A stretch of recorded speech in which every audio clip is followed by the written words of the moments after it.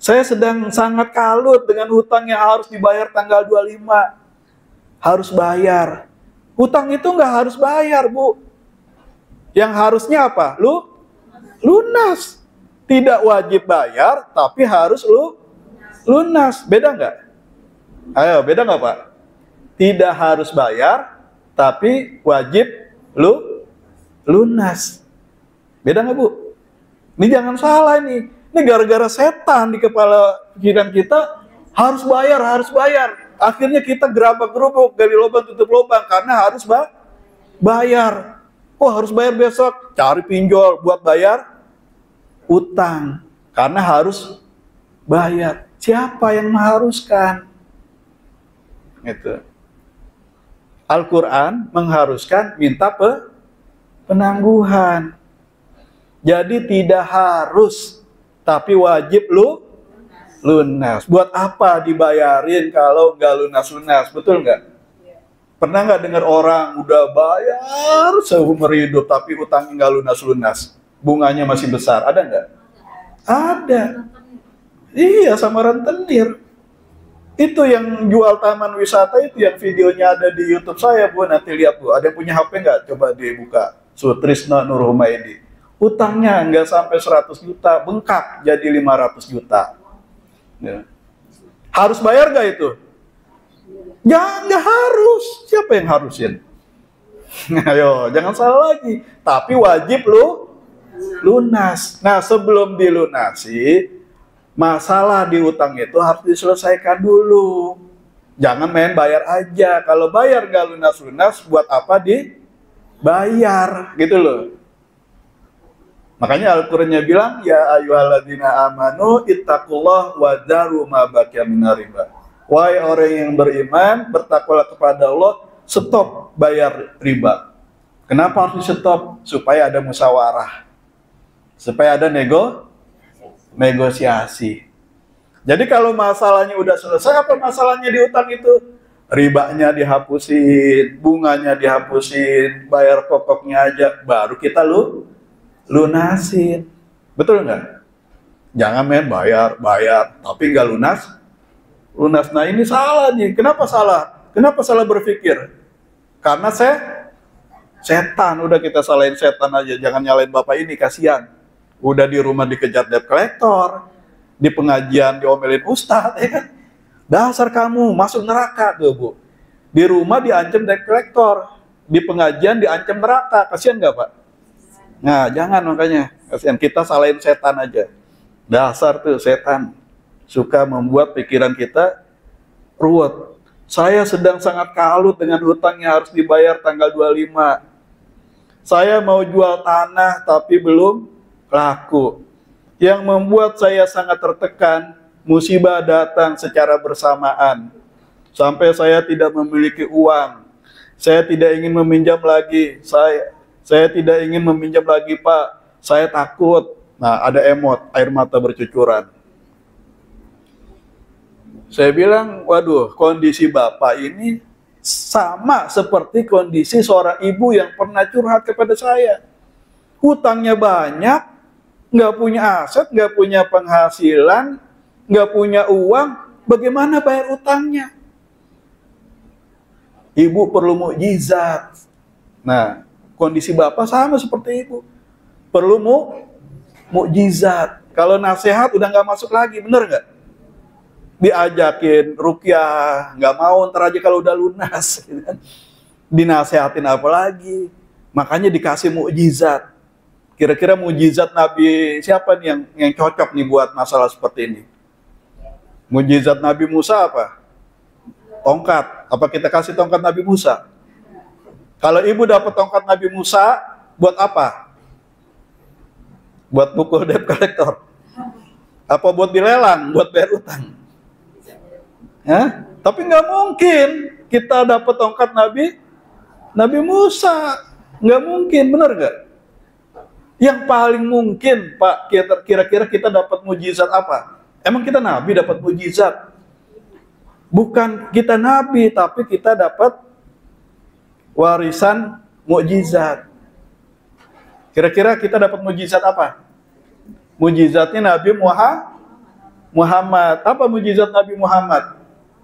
Apa, Bu? Al-Quran. Itu loh mujizatnya Nabi Muhammad. Masih ada nggak sampai sekarang mujizatnya Nabi Muhammad? Masih ada. Sama nggak nih Al-Quran yang sekarang kita baca dengan Al-Quran yang dibaca oleh Nabi Muhammad SAW? Sama nggak? Sama. Sama nggak Al-Quran yang dibaca dengan Al-Quran yang diturunkan oleh Jibril alaihissalam kepada Nabi Muhammad SAW? Sama.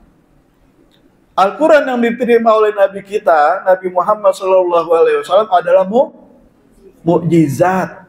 Itu Arab, padang pasir, ya, yang nggak ada tuh penjajah yang tidak mau melirik. Itu jadi sekarang orang berbondong-bondong datang ke sana karena apa? Karena Al-Quran diturunkan di sana. Ibu kalau ketemu kulit kambing, mau nggak nyium? Ada kulit kambing nih, tahu-tahu ibu cium, mau nggak? Enggak, buat apa? Gitu kan? Kulit kambingnya nempel di beduk, ibu cium, mau nggak? Hah? Buat apa kulit kambing nempel di beduk dicium? Ada juga dipukul. Kapan kita nyium kulit kambing? Kalau dia nempel di Al-Quran. Kalau dia jadi sampul Al-Quran, baru tuh kita cium. Benar nggak? Jadi semua yang dekat Al-Quran jadi mulia. Malam 1000 bulan Lailatul Qadar, kenapa jadi mulia? Karena di malam itu turun Al-Quran. Jadi saya bilang, Bapak butuh mujizat, sama seperti ibu nanti videonya nonton di YouTube. Tuh. Apa YouTube-nya, Bu? Sutrisno Nur Humaydi, ini ustadznya narsis ya, Bu. Ya nggak apa-apa, Bu, usaha gitu. Boleh nggak, Bu? Ibu perlu mujizat, Bapak perlu mujizat. Orang yang terpuruk itu akan diangkat bangkit kalau dia dekat dengan Al-Quran. Dan terbukti, Bu, ibu itu baca itu Al-Quran. Ngerti nggak ngerti, dia baca aja itu Al-Quran. Satu huruf kalau kita baca Al-Quran, berapa pahalanya? 10. Buat apa pahala 10 itu?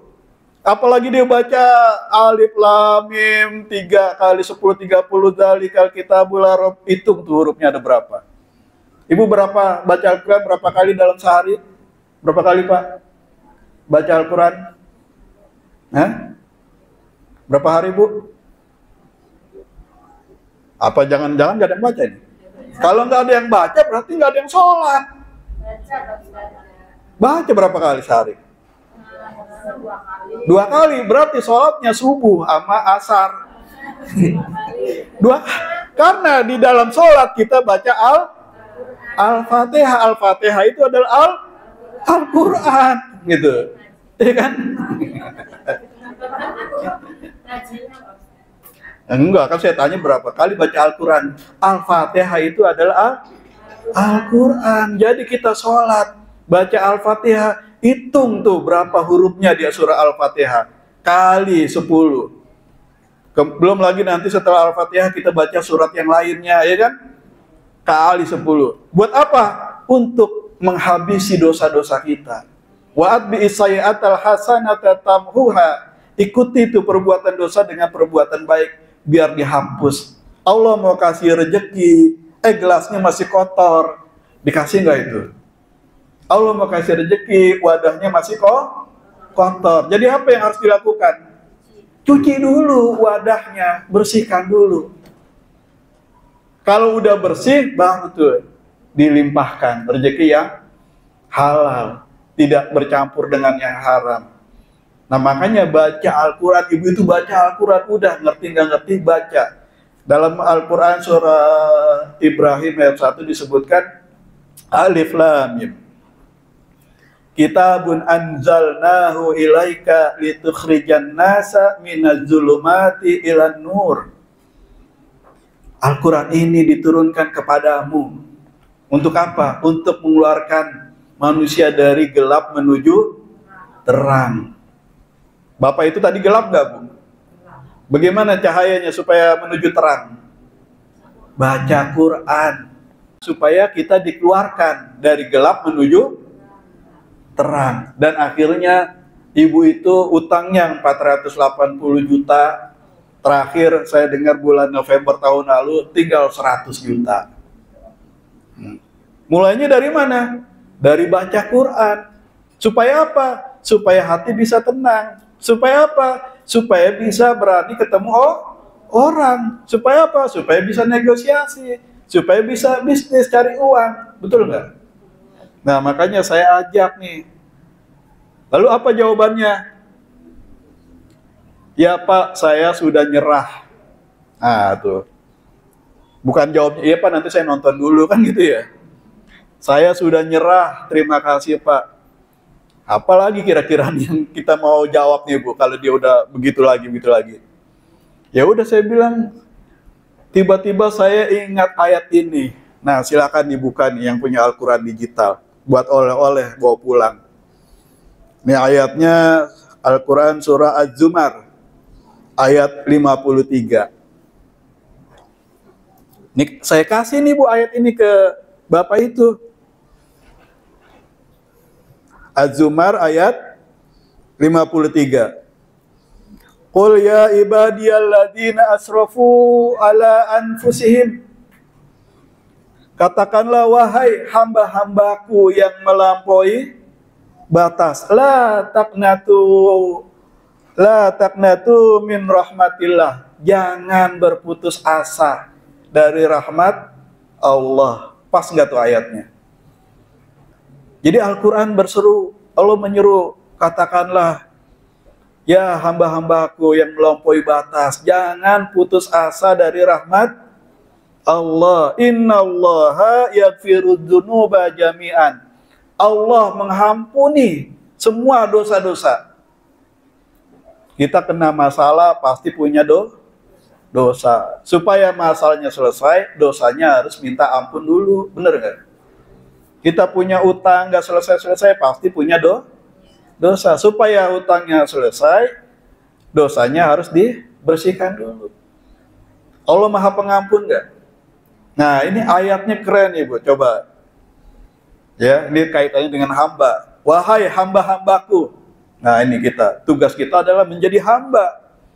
Kepada siapa kita menghamba? Kepada Allah, Rob, wahai hambaku, jangan putus asa dari rahmat Allah. Sungguhnya Allah mengampuni semua dosa-dosa. Innahu huwal ghafurur rahim. Sesungguhnya Allah Maha Pengampun lagi Maha Penyayang.